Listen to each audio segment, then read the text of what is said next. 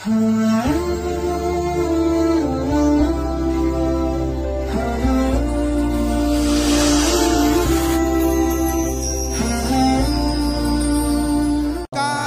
तैबा में अपना घर होता, काश तैबा में अपना घर होता, काश तैबा में अपना घर होता, काश तैबा में अपना घर होता, और सरकार का गुजर होता। रहमत लक़ब है और जो बेकस नवाज है, हमको तो बस उसी की गुलामी पे नाज है। और क्यों ना नाज हो, वो नबी जिसका कोई हमसर नहीं, वो नबी जिसका कोई हमपल्ला नहीं, वो नबी जिसकी वजह से कायनात बनाई गई, जिसकी वजह से दुनिया की हर चीज को सजाया और बसाया गया। हत्ता के हजरत आदम अलैहिस्सलाम का वजूद भी आकाए नामदार की आमद की वजह से हुआ। अगर हुजूर का आना मकसद न होता, रब्बे कायनात इस दुनिया को न सजाता। इसलिए एक शेर, दो शेर पढ़ूंगा, उसके बाद आपके सामने आप ही के इलाके के खूबसूरत और मैनाज आलिम दीन, आलिम नौजवान, फाजिल नौजवान जनाब हजरत मौलाना और मुफ्ती सलमान साहिब की तरफ पढ़ना चाहूँगा। आप हजरात को ये एहसास दिलाते हुए कि अगर हमारे और आपके आका इस दुनिया के अंदर ना, खास तौर से तवज्जो चाहूंगा, यह अशार हमारे और आपके अकीदे की तर्जमानी करते हैं। अगर दुनिया के अंदर रब्बे कायनात के प्यारे नबी ना आते, रब्बे कायनात दुनिया को न सजाता। इसीलिए कहना चाहूंगा कि झोली में अगर आपकी खैरात न होती, झोली में अगर आपकी खैरात न होती, इस दहर में अपनी कोई औकात न होती। जिनको लगता है कोई औकात होती वो बोल नहीं रहे। भाई नबी करीम सल्लल्लाहु अलैहि वसल्लम के ज़ात के अलावा अगर हम किसी का तसव्वुर करें तो हमारी क्या हैसियत है। झोली में अगर आपकी खैरात ना होती, इस दहर में अपनी कोई औकात ना होती। और ये सब तो है सरकार दो आलम का तसद्दुक। स्टेज वालों की खास तौर से तवज्जो, ये सब तो है सरकार दो आलम का वसीला, ये सब तो है सरकार दो आलम का तसद्दुक।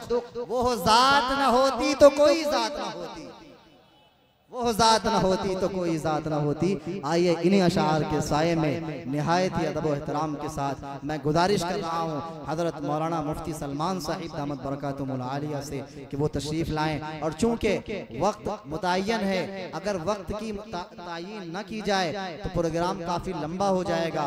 इसलिए हजरत मुफ्ती साहब से गुजारिश है कि कमेटी की जानिब से 20 मिनट का मुतय्यन है, अपनी बात को खूबसूरत अंदाज में आकाए नामदार की सीरत के नहज पर पेश करें, ताकि अल्लाह तबारक व तआला के ये महबूब बंदे, अल्लाह तबारक व तआला के दीवाने जो यहाँ पर बैठे हुए हैं, आपसे कुछ सीख कर जाएं और शायद आपकी कोई बात इनके दिल में, इनके सीने में उतर जाए। अल्लाह तबारक व तआला इनकी ज़िंदगी को बदल दे और आप उस अजर व सवाब के मुस्तहिक़ बन जाएं।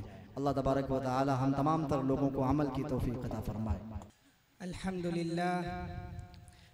अल्हम्दुलिल्लाह नहमदुहु व नस्तईनुहु व नस्तगफिरुहु व नु'मिनु बिही व नतवक्कलु अलैहि व नऊज़ु बिल्लाहि मिन शुरूरि अनफुसिना व मिन सय्यिआति अअमालिना मन यहदिहिल्लाहु फला मुदिल्ल लहु व मन युद्लिलहु फला हादिय लहु व नशहदु अन ला इलाहा इल्लल्लाहु वहदहु ला शरीका लहु वनशहद अन्न सय्यदना व मौलाना मुहम्मदन अब्दुहु व रसूलुहु अम्मा बअदु फ़अऊज़ु बिल्लाहि मिनश शैतानिर रजीम बिस्मिल्लाहिर रहमानिर रहीम ला खैर फ़ी कसीरिम मिन नजवाहुम इल्ला मन अमर बिसदक़तिन औ मअरूफ़िन औ इस्लाहिम बैनन नास वमन यफ़अल ज़ालिका इब्तिग़ाअ मर्ज़ातिल्लाहि फ़सौफ़ नु'तीहि अजरन अज़ीमा। सदक़ल्लाहु मौलानल अज़ीम। मुअज़्ज़ज़ उलमाए किराम, सदर मुहतरम,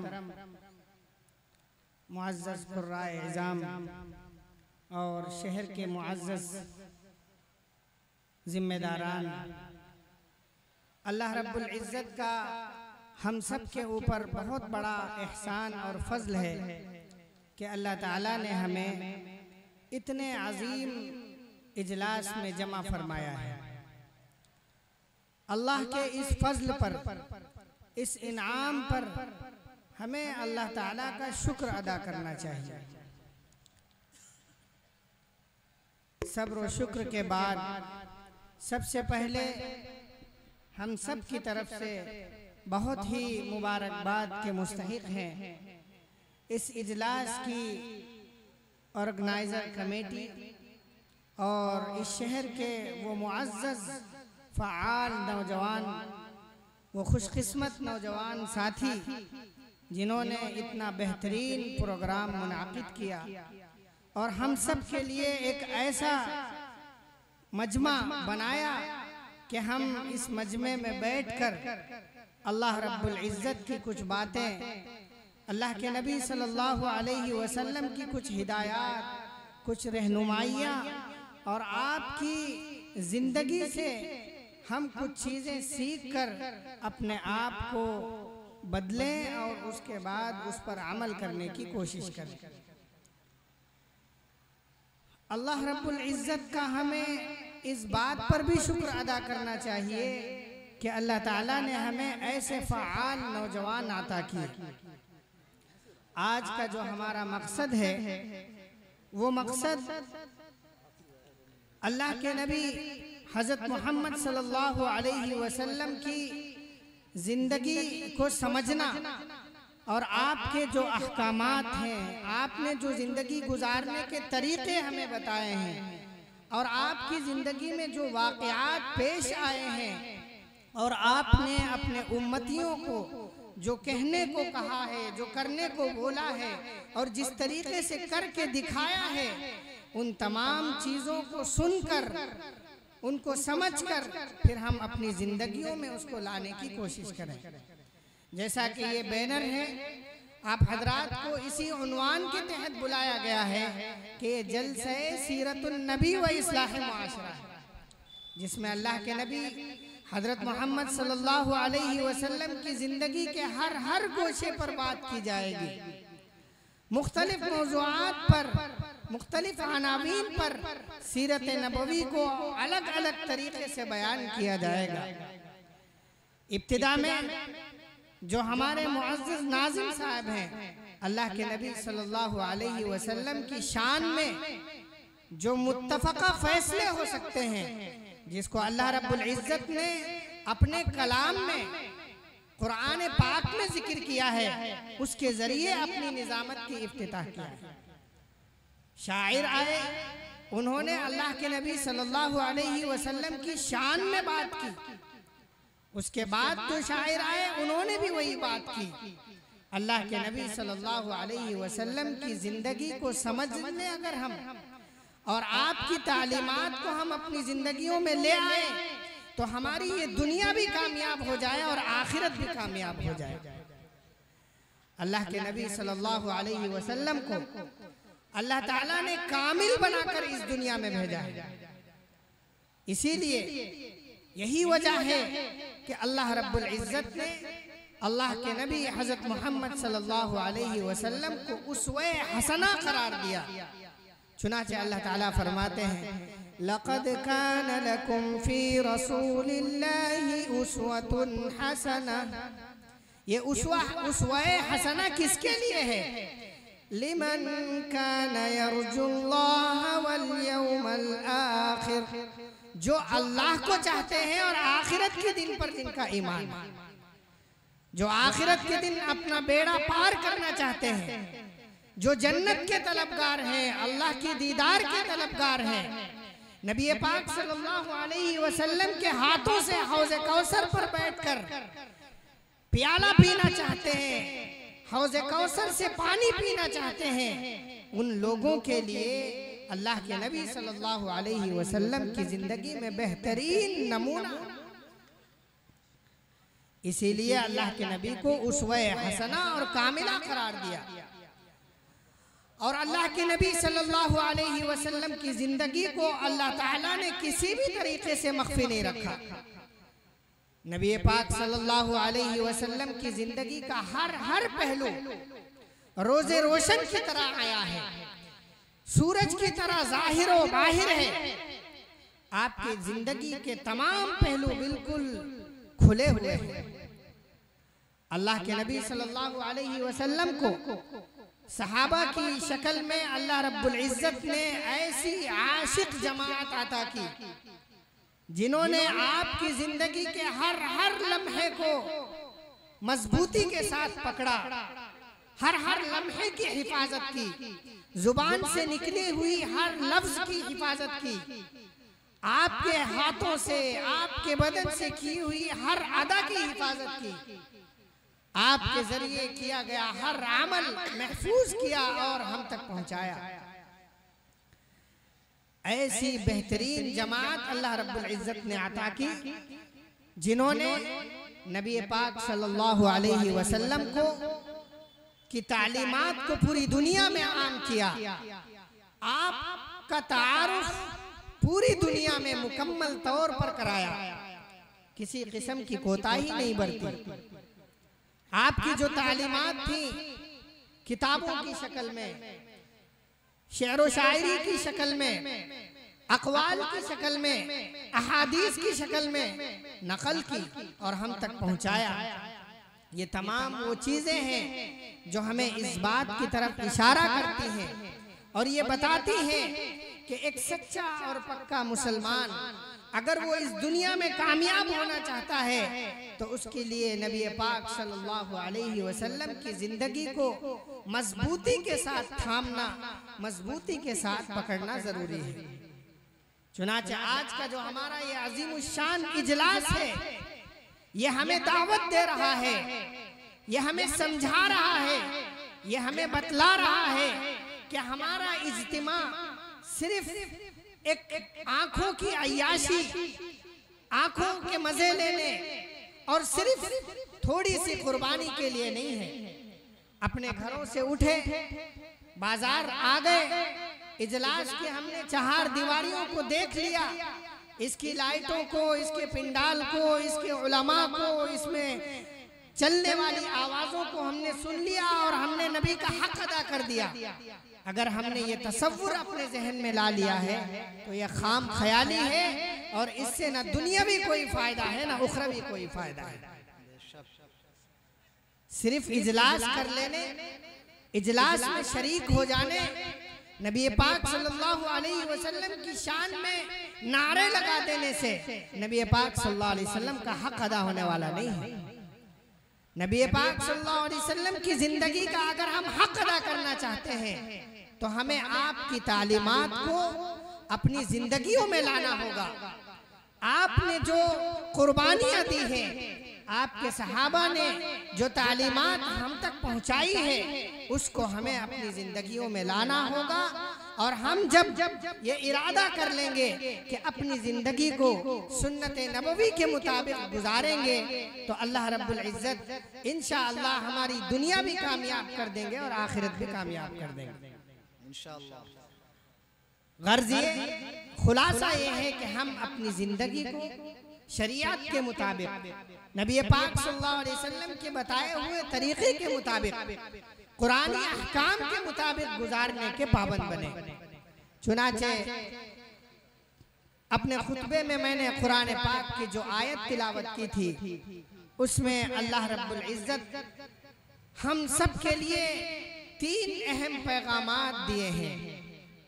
अल्लाह रब्बुल इज्जत कुरान में फरमाते हैं, ला खैर फी कसीरिम मिन नजवाहुम इल्ला मन अमरा बिसदक़तिन औ मअरूफिन औ इस्लाहिम बैनन नास वमन यफ़अल ज़ालिका इब्तिग़ाअ मर्ज़ातिल्लाहि फसौफ़ नु'तीहि अजरन अज़ीमा।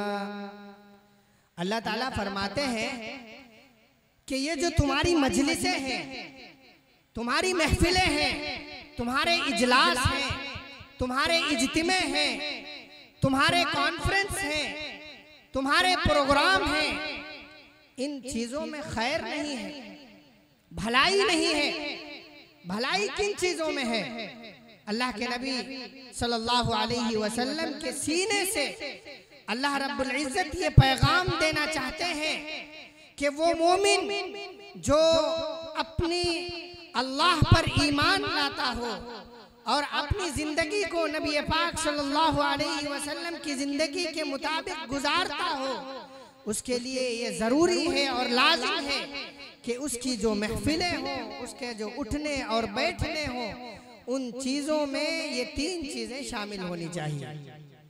आज उम्मत मुस्लिमा का हाल ये है, हम नौजवानों का हाल ये है कि जब हम दो लोग बैठते हैं, कुछ बात करते हैं, तो हमारी जो महव गुफ्तगू जो चीज होती है, बात करने का जो उन्वान होता है, जो मौजू होता है, अगर हम गौर करें तो इस आयत की रोशनी में हमें ये पता चलता है कि अगर हमारी महफिलें हों तो हमारी महफिलें सदक़े के ताल्लुक से बात करने से मुताल्लिक होना चाहिए।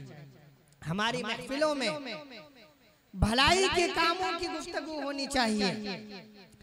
अगर हम अपने घरों में खुशी के साथ बगैर किसी तकलीफ के दो रोटी खा रहे हैं, हमारे पेट भर रहे हैं, तो हमारी ये कोशिश होनी चाहिए कि आखिर हमारे मोहल्ले में, हमारे इलाके में, हमारे गांव में, हमारे कस्बे में कौन ऐसे लोग हैं जिनको ये दो लुक़्मे नसीब नहीं है।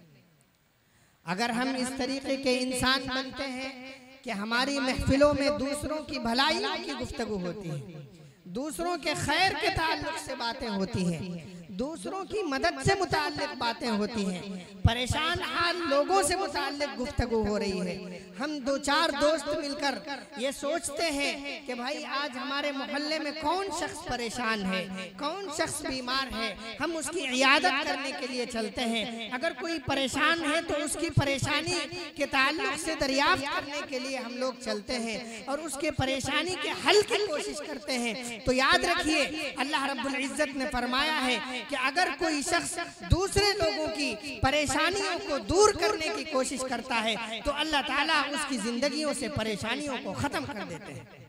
वल्लाहु फी औनिल अब्द मा कान अल अब्दु फी औनि अखीह।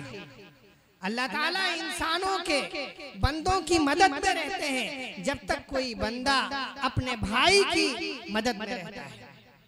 आज हमारी महफिलें दूसरों की बुराइयों में लगी रहती हैं, हमारी महफिलों में दूसरों की बुराइयां होती हैं, इनकी कमियां बयान की जाती हैं, उनकी कमियां बयान की जाती हैं। मस्जिद के इमाम की बुराइयां हो रही हैं, मस्जिद के मुअज्जिन की बुराइयां हो रही हैं, इमाम साहब 2 मिनट देर से आ गए तो चेमी गोइयां हो रही हैं, इमाम साहब ने नमाज छोटी कर दी तो बुराइयां हो रही, नमाज लंबी कर दी तो बुराइयां हो रही। गर्ज ये कि वो क्या करें, आखिर वो कुछ भी करें, बुराइयां हो रही हैं। एक शख्स परेशान है तो हम उसके लिए दुआ करने के बजाय उसे कहते हैं कि अच्छा हुआ उसके साथ, वो ऐसा शख्स था, उसके साथ ऐसा ही होना चाहिए था। लेकिन मेरे मोहतरम भाइयों, बड़े अदब के साथ मैं कहना चाहता हूँ कि अल्लाह ताला हमें ये कह रहे हैं कि हमारी महफिलों के जो मौजू और अनावीन होने चाहिए वो दूसरों की बुराई के बजाय हम दूसरों की भलाई के ताल्लुक से बात करें। दूसरा उन्वान अल्लाह ताला फरमा रहे हैं, इल्ला मन अमरा बिसदक़तिन औ मअरूफिन, कि हमारी गुफ्तगू का जो मौजू है वो भलाई के कामों के ताल्लुक से होना चाहिए, नेक कामों के ताल्लुक से होना चाहिए।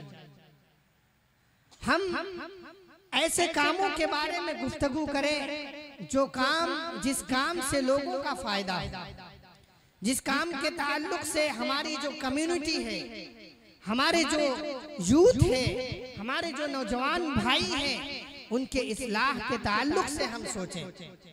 अगर अल्लाह ताला ने हमें किसी अच्छे काम की तौफीक दी है तो उस काम को हम किस तरीके से दूसरों तक पहुंचाएं, इसकी हमें कोशिश होनी चाहिए। मेरे मोहतरम भाइयों, अल्लाह रब्बुल इज्जत ने, अल्लाह के नबी सल्लल्लाहु अलैहि वसल्लम ने फरमाया, लतअमुरन्न बिल मारूफ, तुम्हारे लिए ये जरूरी है कि तुम लोगों को अच्छे कामों का हुक्म करो और लोगों को बुराइयों से रोको। और अगर तुमने ऐसा काम किया कि तुम लोगों को अच्छे कामों का हुक्म नहीं करते और लोगों को बुराइयों से नहीं रोकते, तो हदीस में आता है, अल्लाह के नबी सल्लल्लाहु अलैहि वसल्लम ने फरमाया, औ लयुशकन्नल्लाहु अन यबअस अलैकुम अज़ाबन मिन्हु, अगर ये दो काम तुम नहीं करते हो तो करीब है वो वक्त कि अल्लाह ताला तुम पर उसकी वजह से अजाब नाजिल फरमा दे। आज हम में से बहुत सारे साथी, हमारे मुआशरे में रहने वाले लोग इस तसव्वुर में हम और आप रहते हैं कि अल्लाह ताला ने मुझे नमाज की तौफीक दी है तो काफी है और ये मेरी कामयाबी के लिए बहुत है, मुझे दूसरों की फिक्र करने की क्या जरूरत है। हम और आप देखते हैं अल्लाह ताला ने हमें नमाज की तौफीक दी तो हम नमाज के लिए मस्जिद जा रहे होते हैं। हमारे पड़ोसी जो दुकानदार है, हमारा पड़ोसी जो घर का रहने वाला है, हमारे साथ जो महफिल में बैठा हुआ शख्स है, हम उससे ये कह देते हैं कि आप 2 मिनट बैठो, मैं नमाज पढ़ के आ रहा हूं। हम ये नहीं कहते कि भाई चलो नमाज पढ़ने के लिए चलते हैं, भाई चलो नमाज पढ़ते हैं, दुकान थोड़ी देर के लिए बंद कर दो। अगर ये जज्बा हमारे अंदर आ जाए तो ये असल अम्र बिल मारूफ है और नही अनिल मुनकर है। एक हदीस में अल्लाह के नबी सल्लल्लाहु अलैहि वसल्लम ने उम्मुल मोमिनीन हजरत आयशा रज़ियल्लाहु अन्हा से फरमाया कि आयशा, अगर इस दुनिया में अजाब आएगा तो उसमें अच्छे लोग भी मारे जाएंगे और बुरे लोग भी मारे जाएंगे। हजरत आयशा रज़ियल्लाहु अन्हा इंतहाई चालाक, ज़हीन व फतीन औरत है। अल्लाह के नबी सल्लल्लाहु अलैहि वसल्लम से फरमाया, या रसूल अल्लाह, मैं आपकी बात पर यकीन रखती हूँ, ईमान रखती हूँ, आप सच्चे हैं, लेकिन मेरा एक छोटा सा सवाल है। बुरे लोगों को उनके अमाल की वजह से सजा दी जाएगी, उनकी बुराइयों की वजह से उन्हें सजा दी जाएगी, अजाब दिया जाएगा। अच्छों का क्या कसूर? वो तो नमाजी थे, जमात में जाया करते थे, 40 दिन चिल्ले लगाया करते थे, मदरसे में पढ़ाया करते थे, मस्जिद में इमामत करते थे, मुअज्जिन थे, खतीब थे, गर्ज ये कि सारे अच्छे काम करते थे। उन लोगों को क्यों तकलीफ, उन लोगों को क्यों अजाब दिया जाएगा? अल्लाह के नबी सल्लल्लाहु अलैहि वसल्लम ने फरमाया, आयशा, बुरों को उनकी बुराई की वजह से सजा दी जाएगी और अच्छों को इसलिए सजा दी जाएगी कि वो बुरों को बुरे काम से नहीं रोका करते थे। आज हम अपनी जिंदगियों में बस हमने कुछ काम अच्छे कर लिए, उस पर हम इत्तिफा कर लेते हैं। हम ये नहीं सोचते कि आखिर हमारा जो भाई है हम उसे भी दीन के ऊपर लाएं, उसे भी नमाज के लिए तैयार करें। जैसा कि नादिम साहब ने बताया था कि मेरे पास वक्त बहुत कम है, आखिरी जो पैगाम अल्लाह रब्बुल इज्जत हम सबको देना चाहते हैं और जो सबक अल्लाह ताला ने हमें दिया है, मैं उस बात को बयान करके अपनी बात को ख़त्म करता हूँ। अल्लाह ताला फरमाते हैं, इल्ला मन अमरा बिसदक़तिन औ मारूफिन औ इस्लाहिम बैनन नास, वो शख्स जो दो ऐसे लोगों के दरमियान, जिनके दरमियान झगड़ा हो गया है, उनके दरमियान सुलह सफाई की कोशिश करता है, तो उस शख्स की मजलिस भी अल्लाह ताला के यहाँ कबूल की जाती है। और अल्लाह ताला ये पैगाम दे रहे हैं कि हमारी महफिलें ऐसी होनी चाहिए, हमारी मजलिसें ऐसी होनी चाहिए कि जिसमें हम दो ऐसे लोगों के बारे में बात करें जिन लोगों के बारे में ये कहा जाता है कि वो बहुत जानी दुश्मन है, उनके ऐसे मामलात हैं कि वो उनका मामला बिल्कुल आमने सामने होता है, लेकिन वो आपस में मुसलमान हैं, अगर हम उनके दरमियान सुलह सफाई की कोशिश करते हैं तो हमारी ये कोशिशें अल्लाह ताला को पसंद है। अल्लाह ताला फरमाते हैं कुरान में, इन्नमल मुमिनूना इख्वा, ये जो मोमिनीन हैं, ये जो अल्लाह को ईमान लाने वाले हैं, अल्लाह पर, जो अल्लाह के नबी को अल्लाह का नबी मानते हैं, जो किताबुल्लाह पर जिनका ईमान है, क़यामत के दिन पर उठाए जाने पते नहीं होती, सिर्फ ये अल्लाह को अल्लाह मानता है, नबी को अल्लाह का रसूल मानता है, इसलिए इसको सजा दी जाए, इसलिए इसको पीछा किया जाए, इसलिए इसको बैकग्राउंड में रखा जाए, ये कोशिशें हैं। लेकिन मेरे मोहतरम भाइयों, अल्लाह ताला ये फरमाते हैं, इन्नमल मुमिनूना इख्वा फ़अस्लिहू बैना अख़वैकुम, ये जो तुम्हारे भाई हैं आपस में, इनके दरमियान कभी अनबन हो जाए, कभी बातचीत हो जाए, कभी कोई मामला हो जाए, तो इसको सुलह करने की कोशिश करो। आज हमारा मुआशरा, दो भाई तो मुसलमान लड़ रहे हो तो हम खुश होते हैं और ये कहते हैं कि बहुत अच्छा हुआ ये लड़ाई कर रहे हैं, इनकी लड़ाई होनी चाहिए। और हम लड़ाई होने के साथ साथ जब भी मौका मिलता है तो हम उसमें आग में तेल डालने का काम भी करते हैं, चिंगारी लगाने का काम भी करते हैं कि हाँ फुला ने आपको ऐसा भी कहा था, आप सिर्फ उसको ये कह रहे थे, फुला तो आपको ये कह रहा था, उसके ऐसे ऐसे बातें हैं, फुला आपसे ये बुराई कर रहा था।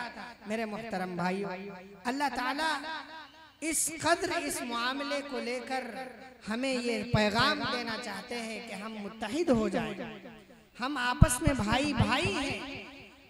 और मैं आपको एक बात बताऊं कि झूठ बोलना गुनाह कबीरा है, बहुत बड़ा गुनाह है झूठ बोलना। लेकिन आपको हैरत होगी, अल्लाह के नबी सल्लल्लाहु अलैहि वसल्लम ने फरमाया कि अगर कोई शख्स दो मुसलमान भाइयों को मिलाने के लिए, उनके दरमियान सुलह कराने के लिए झूठ का सहारा लेता है और मजबूरी में झूठ भी बोलता है, तो अल्लाह ताला से ये उम्मीद है कि अल्लाह ताला उसकी गिरफ्त नहीं करेगा।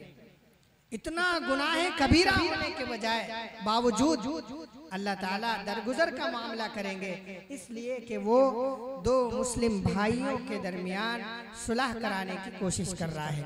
अल्लाह के नबी सल्लल्लाहु अलैहि वसल्लम ने एक मर्तबा सहाबा के मजमे में ये फरमाया कि अला अदुल्लुकुम अला खैरिन अफज़लु मिन अस्सलाति वस्सियाम वल्क़ियाम, क्या मैं तुम्हें एक ऐसी भलाई और नेकी के बारे में ना बतलाऊं जो नमाज, रोजे और तहज्जुद की नमाजों पढ़ने से बेहतर है? सहाबा ने कहा कि या रसूलल्लाह बिल्कुल बतलाइए, क्यों नहीं, बला या रसूलल्लाह। अल्लाह के नबी सल्लल्लाहु अलैहि वसल्लम ने फरमाया, अल इस्लाहु